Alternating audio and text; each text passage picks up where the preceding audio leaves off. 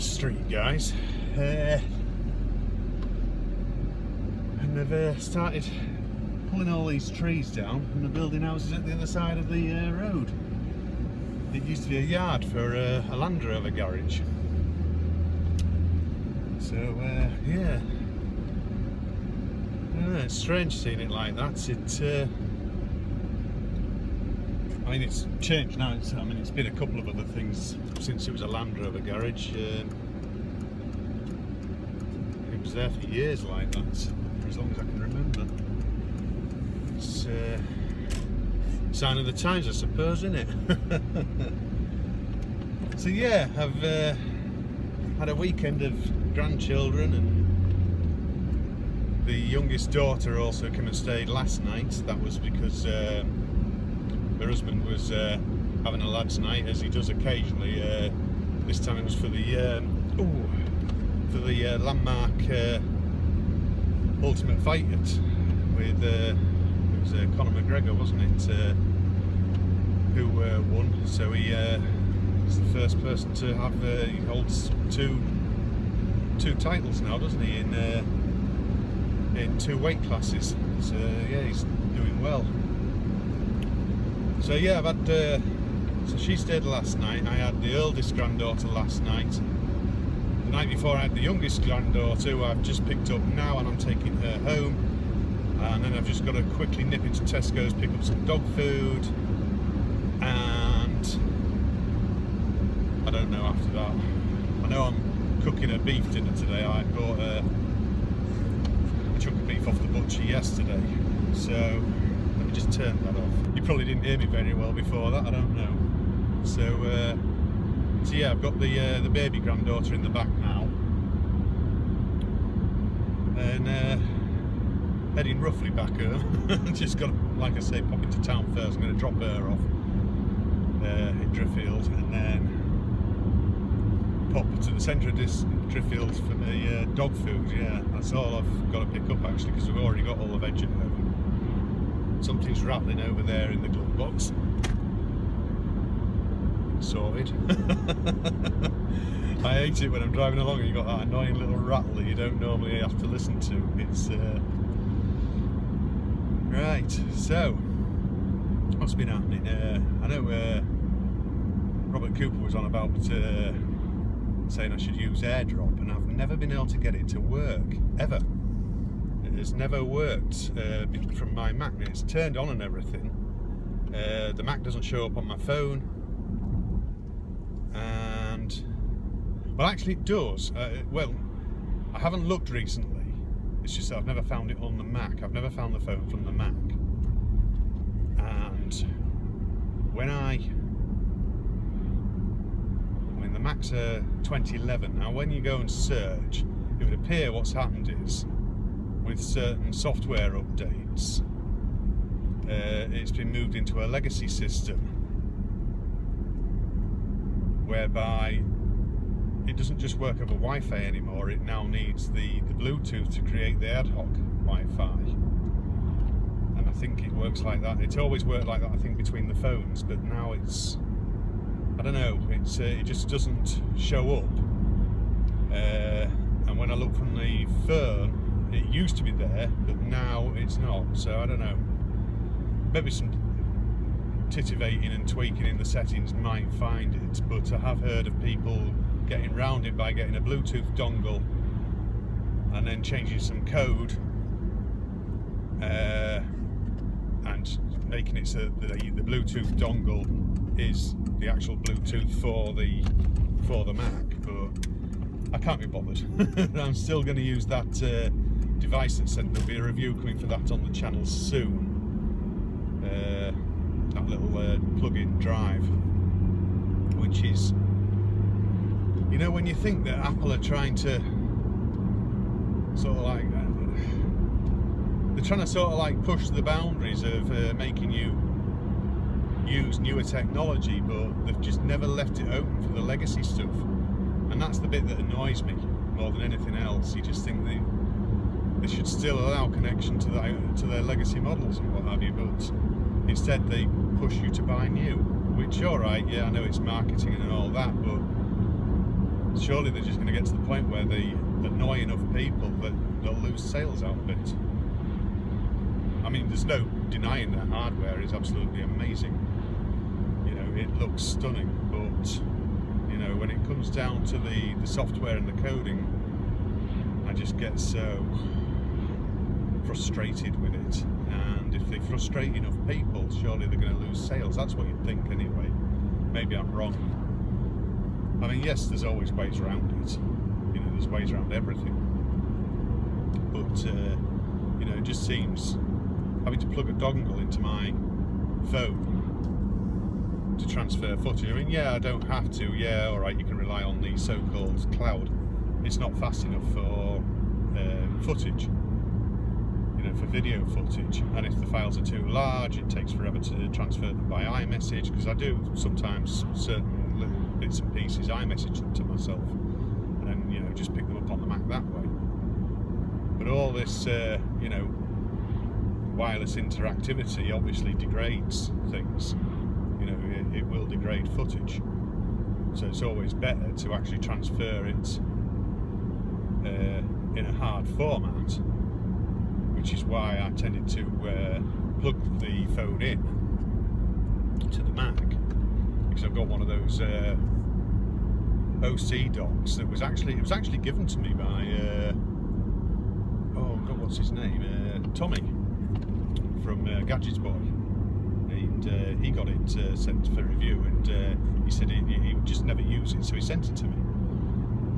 Which is, you know, and it's a great little thing actually. I mean, it was originally made for the shorter iPhone 5, because mine actually covers the dock on the bottom of the screen a little bit. Not that that bothers me, but yeah, you plug it in and it's automatically then opens iTunes if you want it to. I mean, I've made it so it doesn't open iTunes. But what happens at the minute, I've found, is even though I've already updated my phone to the latest firmware, when I plug it into the Mac doesn't recognise it being on the latest firmware, and the Mac tries to update it. So I'm not sure what that's all about. I just ignore it anyway. But I need to look into that. There's a prowler going the other way. So, but yeah, it's been quite a busy week at work. Had some stuff that we've had to sort of rush on with and what have you, but it's all pretty much ready. There'll be a couple of little bits still to do Monday, and then there'll be a big van load going to Scunthorpe, which I'm not sure, I'll probably end up doing that sometime on Monday. And then what else is there? Can't think of anything else. I know I only had one small delivery, I think. Well, say small, I had 5. I think there was 5 delivery drops in Hull. But it was all one sort of quick trip, although apart from the section of getting round Hull, because what it is, the main city centre street at the minute has got roadworks on it. So they're pushing everybody to go around. Sort of ring road that runs pretty much right next to the city centre is even worse than it normally is. I mean, it's, you know, it's horrible at the best of times, to be fair. But and especially, I can't remember what day it was, but you get after a certain time and it just becomes terrible and gets clogged, because of course the wagons that come in from the motorway to the docks have to come along that stretch, and then when they're all going from the docks back to wherever they come from in the afternoon, if you've had one of the ships come in, or one of the ferries from the continent, it's yeah, it can be pretty damn busy and it's slow, but I got there anyway, so nearly there with the granddaughter. It sounds like she's gone to sleep actually. The car normally puts her to sleep, which is a handy thing, trust me. Although she's not really a bad crier, this one. She's a very easygoing child. In fact, they've had it relatively easy with all their kids. One of them, the one before, the young lad, my youngest grandson, he went through a bad phase because he had an intolerance to certain foods and what have you, and he did get a lot of bad sort of gut problems and what have you. But other than that, he was easygoing. But she's such an easygoing baby, it's unreal, really. What's going on? Somebody's decided to... What are you doing? Oh, come on! He's gone!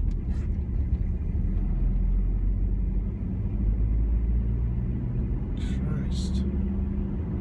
Sorry about that, guys. It just frustrates me when the traffic slows down so much like that, when the offending problem had already moved and they were still slowing down. Yeah, I can hear her. Most of the time she has a very gentle and quiet snore, but she can actually snore quite loudly. But she has just got this gentle, very slight snore going on now. Supposed to be getting a supermoon tomorrow night, Monday. So as long as the clouds are clear, be around. Best time to be looking will be around. Obviously around dusk, because of course that's when it's, I mean, around dusk when it's close to the horizon. What you got to remember is that the moon looks bigger anyway. It looks up to 3 times bigger because I forgot what effect, it's got a name, it's the something or other effect, isn't it, that makes the moon look closer, look bigger basically when it's nearer to your horizon. I think it's basically like an optical illusion because it's close to things that you can put into perspective, so I think it makes it look larger. But it's supposed to be the nearest it's been since 1948 or something, I can't remember. So it's something like that, but it's the nearest it's been in a lot of years, because of course it's on like an elliptical sort of orbit, isn't it? And that orbit actually alters fractionally all the time. T is going to be late. It's just when you're messing around trying to get everything done, it pushes your limit, doesn't it? But I've sort of got a few bits and pieces. Well, the meat's in, veg is done. Other than I'm waiting for the pan that was used this morning by the granddaughter, well, at lunchtime. That's in the dishwasher, so as soon as that's finished I'll get that out, then that can go on the hob. But I won't be turning them on probably for about another 15 minutes anyway. But I also need my jug out to do my Yorkshire pudding mixture, which I've got all the bits ready over there actually. You can just see I've got my eggs and milk and flour ready there. So yeah, as soon as I get those out, I can mix that all up ready, and then I'm pretty much set.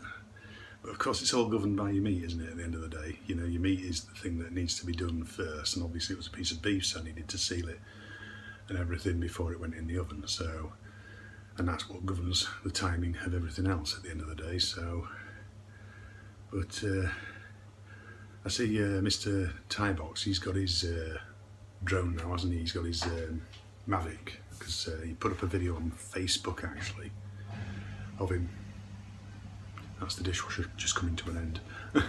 Of him on his, he's got one of those Segway type things, hasn't he? And he had it following him around, and the tracking is absolutely perfect on it. I urge all drone users to just be on your guard really, because they're, I think they're just looking, they're waiting for somebody to really mess up, and it won't be long before the governing bodies are sort of all over Facebook, YouTube, checking on all the videos and, you know, see if you've monetized them and stuff like that. I mean, obviously you don't monetize on Facebook, but you know, if you're using it to promote links, that could be seen as a form of monetization and getting financial gain from it if you haven't got your license and everything. And of course, you know, when you're a bit close to buildings, stuff like that, it's, you know, without getting like the owner's permissions and stuff like that. So you do need to be wary of what you're doing with them really. But I was looking at that, actually that brings me to a point for anybody who's interested in the drones. You know, I was looking on a map of you know, no-fly zones and stuff like that. And one of the ones that sort of something that piqued my interest was my entire area on one map was showing as being covered as a special zone, and that's like the entire of Yorkshire pretty much, right down almost to sort of the Humber, which was odd. And then of course it had other zones obviously around like the military flying areas and stuff like that, because obviously we have got some military bases in the area, you know, which obviously are no flying zones full stop. But I was just this blanket cover over Yorkshire, and then when I looked on another one it wasn't showing it, so I'm going to have to do some more digging and clarify that. I might even have to make some calls, because you know, the last thing I want is my drone taken off me and hit with fines. So, but I don't get out as much as I would like to anyway, but you know, you just got to be wary about the footage. That's the thing. I don't want to be the one that they use as the initial show everybody we mean it sort of thing, who gets stung with a massive fine and gets his drone taken off him. So, but I will put some more up at some point, guys. So, you know, I tell you what, some of the veg that you get these days, I didn't buy this, I'm not sure where it's come from. I think it's come from either Tesco's or Asda in an online shop. But this is a cauliflower that I've just cut up. Now, I don't know what was paid for it, probably somewhere between £50 and a pound, between 50 pence and £1. I mean, that's hardly worth cooking. That's ridiculous. You know, I mean, that's realistically probably 2 good portions there. And it's a disgrace. It's a good job I'm cooking other veg to go with it, really. But I don't know whether it's been a bad year for them. I don't think it has really been a bad year for them. I think it's just a case of the supermarkets are trying to cash in on them a bit, because it's like when you go to Tesco's, you've got some that are a bit bigger than that are like 80p or something like that. And then they'll have, up above it, they'll have extra large cauliflower, which would be like what you used to see, which is like, you know, something like that, you know, like a small football sort of thing. It's greed. It does my head in.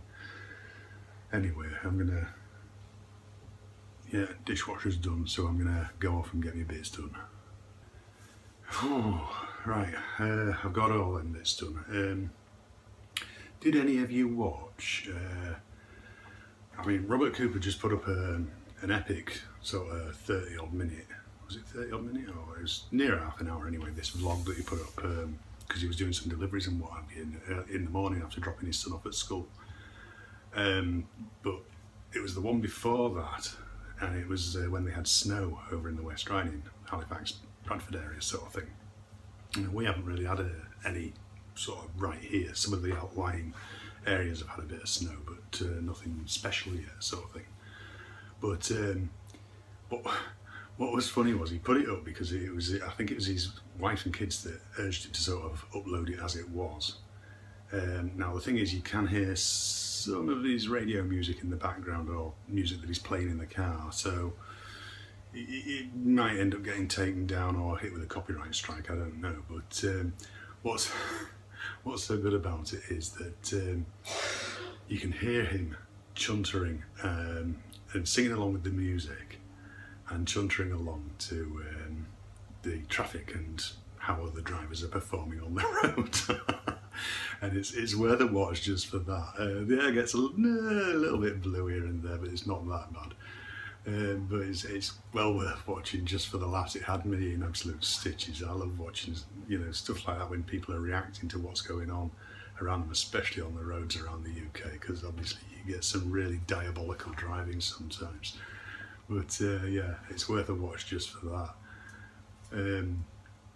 I'm gonna have to meet him somehow someday. I don't know. It'd be, you know, just so that, you know, I've never like properly met another YouTuber. I mean, obviously I've sort of briefly seen Jane Jones said hello goodbye sort of thing. But yeah, it'd be, I don't know. It's strange because obviously you don't really sort of know them. You only know what gets put on camera. So, you know, You don't know me, I could be a complete and utter arsehole for all you know. I hope I wouldn't come across that way, but you never know, do you? So, yeah, there was something else I was wanting to go on about. I can't remember what it was now. No, I cannot remember what it was. I haven't put any of this on the Mac yet for editing. I mean, I've found Final Cut actually struggles with footage taken from the phone.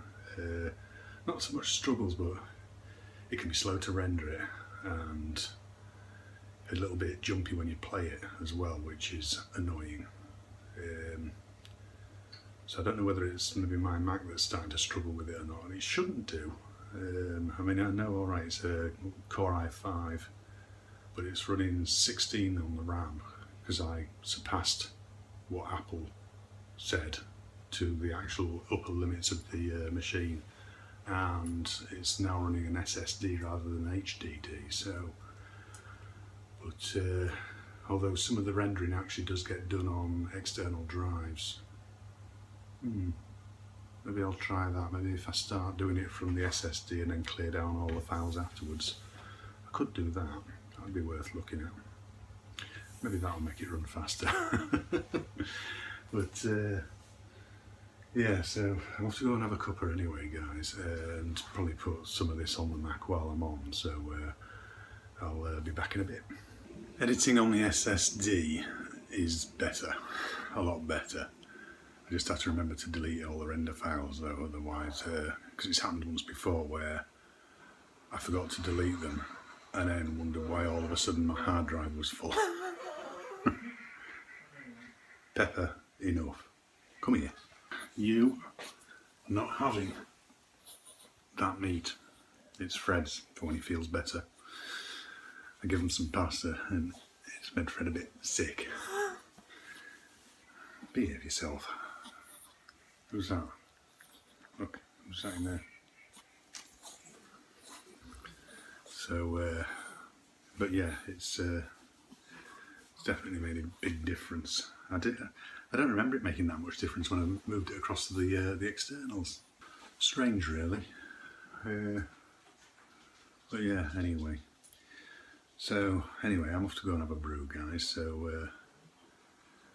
I'm going to call it a day here, and I hope you all have a good week ahead, and I'll catch you all next weekend. Cheers, guys. See you.